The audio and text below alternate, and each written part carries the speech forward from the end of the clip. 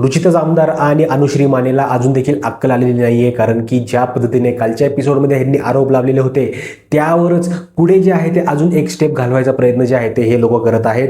Plus captaincy जे 6 दावेदार आपल्याला बघायला मिळाले आणि त्यानंतर खरा मास्टरमाइंड कोण आहे या राकेश बापटच्या मॅटरमध्ये, या संपूर्ण गोष्टी ज्या आहेत त्या आजच्या एपिसोडमध्ये आपल्याला तिकडे बघायला मिळाल्या. तर सर्वात पहिले तिकडे गोष्ट घडते ती म्हणजे ज्या पद्धतीने सागर कारंडे जे आहे ते आपल्या राकेश बापटला तिकडे डिफेंड करायचा प्रयत्न करत असतो, शांत करायचा प्रयत्न करत असतो ना, ती गोष्ट अतिशय उत्तम मला वाटली. कारण की अनुश्री जी आहे ते तिकडे काहीतरी बोलण्यासाठी राकेश बापट याच्याकडे जात असते, पण सागर कारंडे जे आहेत ते म्हणतात की तू आता इकडे येऊ नको, मी आता माझ्या मित्राच्या साईडनी बोलत आहे, ॲज फ्रेंड मी बोलत आहे, त्यामुळे तू आता माझ्यामध्ये येऊ नको, मला आणि माझ्या मित्राला जे आहे ते बोलायचं आहे. आणि ती गोष्ट कुठं ना कुठेतरी जी आहे ना ती खूप हायलाईट करणारी होती की सागर कारंडे, राकेश बापट, प्राजक्ता शुक्रे, दीपाली सय्यद ह्या संपूर्ण लोकांचा जो आहे ना तो एक खूप घट्ट ग्रुप जो आहे तो बनत चाललेला आहे. आणि त्यानंतर 2-3 मुलींचा जो आहे तो एक सेपरेट ग्रुप बनत चाललेला आहे. आणि या 2-3 मुली ज्या आहेत त्या खूप जास्त वात्रट, आगाऊ आणि जे काय म्हणतात ना त्या एकदम फालतू विचार करणाऱ्या मुली आहेत, असं संपूर्ण महाराष्ट्रामध्ये आता त्यांचं नरेटिव्ह जे आहे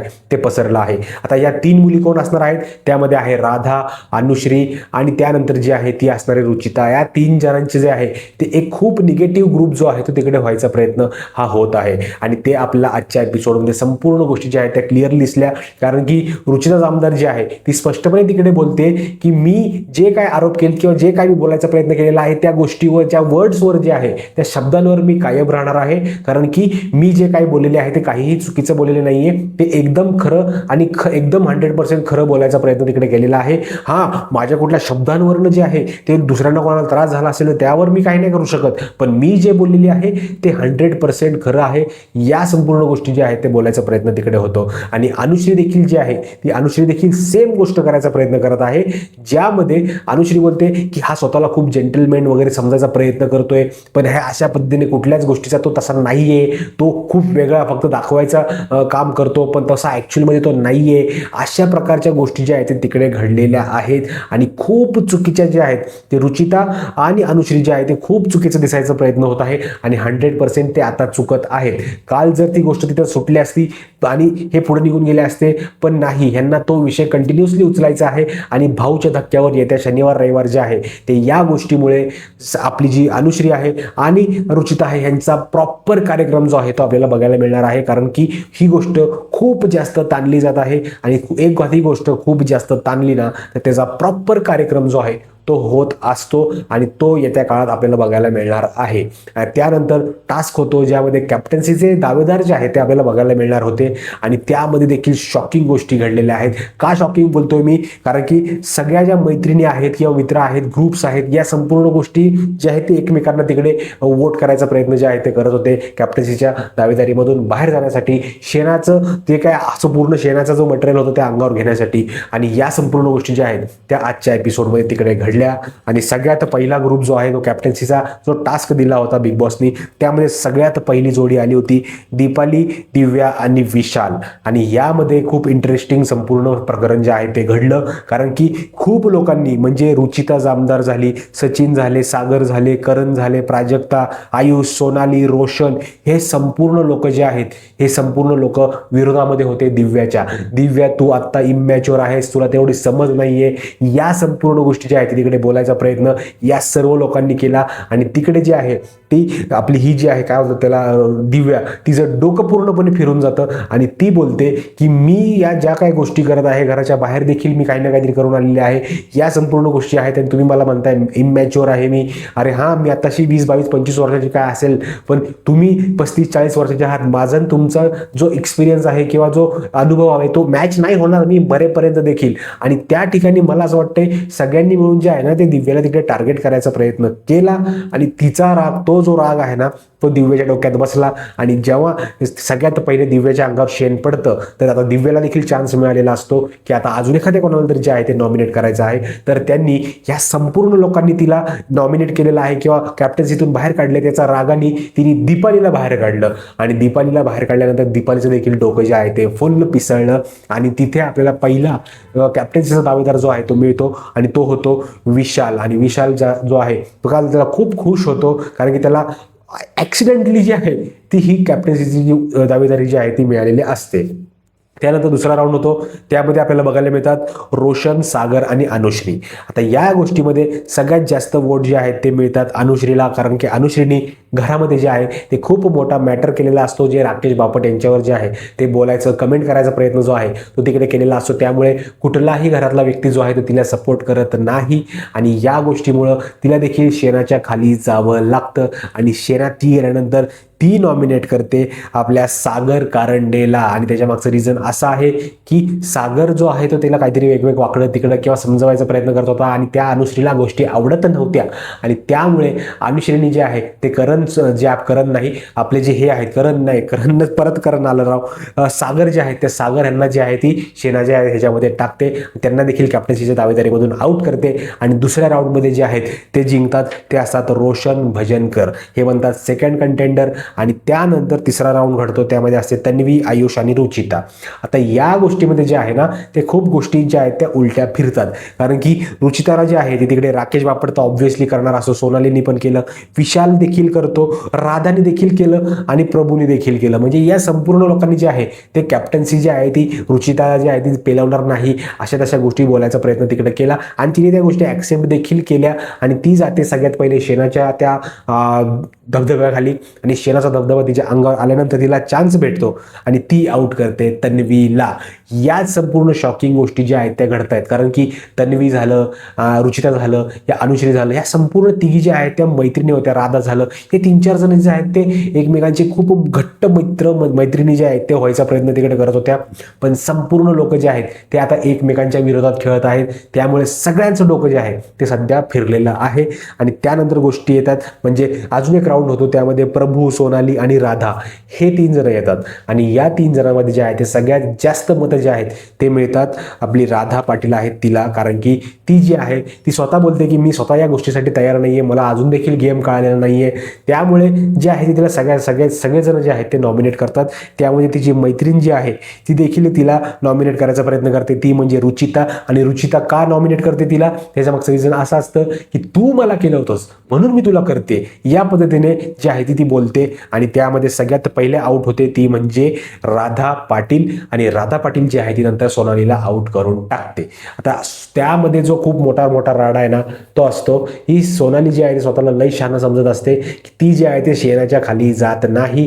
बिग बॉस तिला 10 वेळा बोलतात की भाई तू जा, सगळ्यांसाठी नियम सेम आहेत, तुला जर पाहिजे असेल तर डोक्यावर तू काय होतं त्याला ते टॉवेल घे, पण तुला जावं लागेल. पण ती बाई शहाणी ती ऐकतच नाही आणि बिग बॉस म्हणतात की बाबा तुझं लई झालं, तुला टाइम देखील दिला होता, तुला काहीच ऐकलं नाहीस आमचं, तुला आता आम्ही डायरेक्टली जे आहे ते टाकत आहोत पुढच्या आठवड्यामध्ये देखील नॉमिनेशन्समध्ये. आता तू घराच्या बेघर हो नसर नको हो. आणि तसं पण स्पष्ट माझं मत आहे की ही ज्या कारणामुळे हिला घरामध्ये आणलं होतं त्या कुठल्याही कामाची नाहीये, ती म्हणजे सोनाली जी काय आहे तिचं आडनाव आहे ती बिलकुल त्या गोष्टीसाठी नाहीये. कारण की ती ज्या वेळेस एकदम गरम तिचं रक्त होतं बिग बॉसच्या 8व्या सीझनमध्ये हिंदीच्या, तेव्हा तिने जे काय करायचे तमाशे ते करून झालेले आहेत.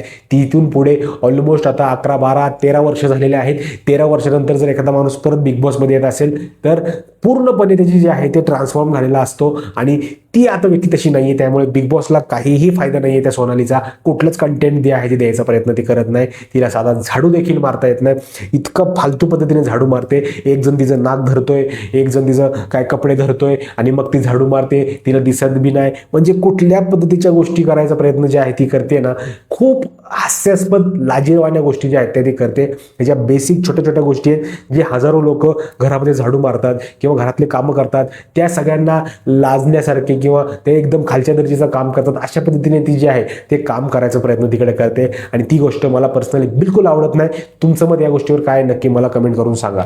त्यानंतर फेरी होते ती शेवटची, त्यामध्ये आपल्याला जे आहे ते राकेश बापट जे आहेत, त्यानंतर सचिन आणि ओमकार असे 3 सदस्य जे आहेत ते तिकडे येतात शेवटच्या राऊंडसाठी. आणि त्यामध्ये सगळ्यात जास्त वोट मिळतात ते असतात ओमकारला, कारण की ओमकारचं ॲक्च्युली तसं काय बोलत नाही काय नाही, तो फक्त बोलतोय की मला चान्स द्या म्हणजे मी दिसेल लोकांना, कारण की कॅप्टन झालो तर मी काहीतरी ऑर्डर्स देईल तर मग मी दिसेल, माझं कंटेंट जास्त मिळेल. पण अशा पद्धतीने कुठलेही लोक जे आहेत ते त्याला ॲग्री करत नाहीत आणि सगळ्यात जास्त वोट आहेत ते ओमकारला मिळतात.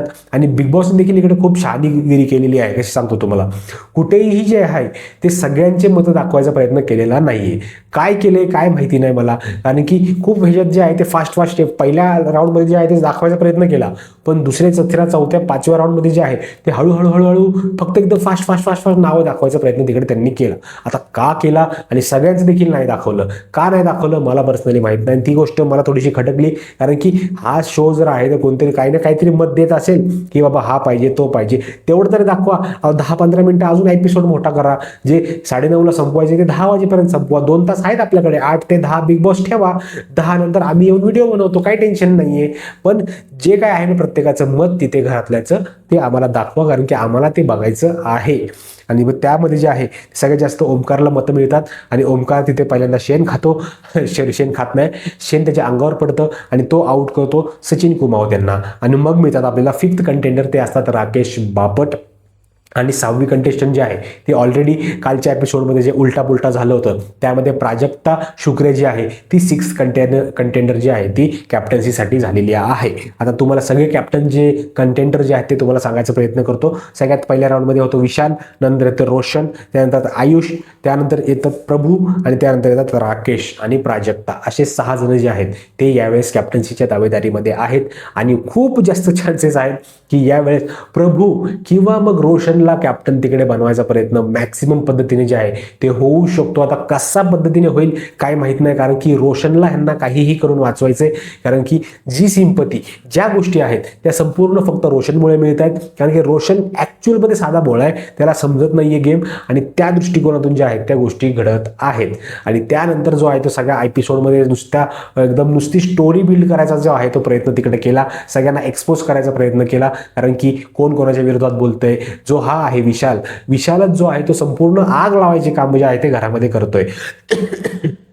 का असं बोलतोय मी, त्याच्या मागचं रिझन हे आहे की हा जो विशाल आहे तो अनुश्रीला भडकवतोय, त्यानंतर तन्वीला भडकवायचा प्रयत्न करतोय, रुचिताला भडकवायचा प्रयत्न करतोय, या संपूर्ण लोकांना भडकवायचा प्रयत्न करतोय की त्या राकेश बापटला तुम्ही काय म्हणजे कुठल्या ह्या गोष्टींनी तुम्ही त्याला हिरो मानताय, कुठल्या गोष्टींनी त्याला तुम्ही महान मानताय, तो काय शाहरुख खान आहे का, तो देव आहे का, अशा प्रकारच्या गोष्टी तिकडे बोलायचा तो प्रयत्न करतोय. म्हणजे फुकट गोष्टी शांत होत नाहीयेत तोपर्यंत हा तिथे आग लावायचा प्रयत्न करतोय. ही गोष्ट पर्सनली मला तिथे आवडलेली नाहीये आणि ती गोष्ट कुठं ना कुठंतरी चुकीची. आणि भाऊच्या धक्क्यावर डेफिनेटली ती गोष्ट येणार म्हणजे येणार, कारण की तो खूप चुकीचा गेम जो आहे तो खेळतोय. कारण की चुकीच्या गोष्टीमध्ये त्याला तो आहे ना समोरच्या व्यक्तींना इन्फ्लुएन्स करायचा प्रयत्न करतोय. आता ह्या बाकीच्या मुली इन्फ्लुएन्स होतात त्या येड्यात का, येड्या आहेत, पण ऍक्च्युअली त्यांची बुद्धीच अजून वाढलेली नाहीये. ते आहेत 17, 18, 20 वर्षाच्या, त्यांचं डोकं चालेलच कसं काय. जर कोणीतरी ऑलरेडी बिग बॉस खेळून आलेला माणूस आहे तो जर काही सजेशन देत असेल तर ते डेफिनेटली फॉलो करणार. आणि ह्यांना अटेन्शन पाहिजेच, ह्यांना फुटेज पाहिजेच, तर हे काही ना काहीतरी तशाच पद्धतीने गोष्टी करणार ना. आणि ह्यामध्ये संपूर्ण चूक जी आहे ती या विशाल कोटियांची आहे. आणि त्याला तर बिंडोक माणूस जे बोलतात ना तो आहे तो, कारण की त्याचं आणि राकेश बापटचा जो आहे तो 36चा आकडा आहे.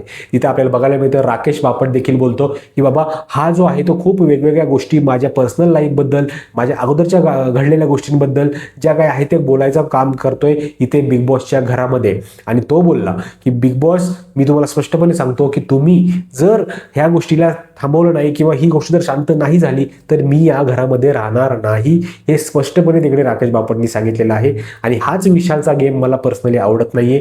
तू खेळ बाबा, डोकं लाव, सगळं कर, पण जुन्या पुराण्या गोष्टी, अगोदरच्या सीझन मधल्या गोष्टी या घेऊन येऊन तुला काय गेम खेळायचा मला कळत नाही. आणि तुझ्यापेक्षा बारीक असलेल्या 10-10, 20-20 वर्षांनी बारीक असलेल्या मुलींसोबत तू घेऊन गेम खेळतोयस, म्हणजे त्याच्यापेक्षा तर अजून लाजिरवाणी गोष्ट आपल्याला बघायला मिळू शकत नाही. ऑलरेडी विशालपासून तन्वी जी आहे ती आता लांब व्हायचा प्रयत्न करते, पण थोड्या दिवसांनी परत ती त्याच्याकडे जाईल, कारण की तिला अटेन्शन हवं असतं. पण ते जाऊ द्या, या संपूर्ण गोष्टी तिकडे आपल्याला बघायला मिळाल्या.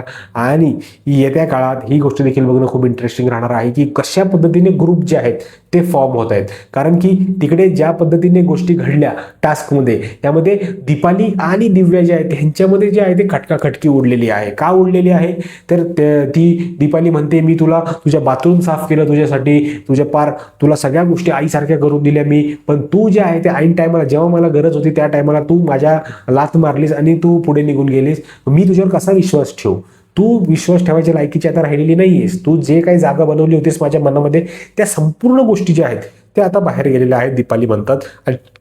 आणि ती गोष्ट खरंच खरी आहे, कारण की ज्या वेळेस एखाद्या व्यक्ती एखाद्यावर विश्वास टाकतो आणि तो देखील पूर्ण 100 डोळे बंद करून विश्वास असतो ना, आणि तो जेव्हा तुटतो तेव्हा खूप वाईट वाटतं आणि परत त्या माणसावर विश्वास ठेवला जात नाही.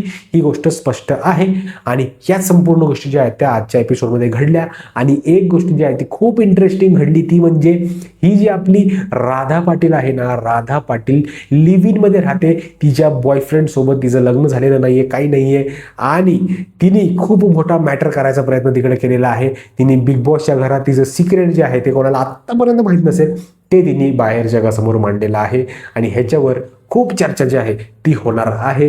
तुमचं मत या संपूर्ण गोष्टीवर काय आहे ना, नक्की कमेंट करून सांगा, कारण की तुमचं मत माझ्यासाठी खूप जास्त महत्त्वाचं आहे. भेटूया पुढच्या व्हिडिओमध्ये. तोपर्यंत जय हिंद, जय महाराष्ट्र.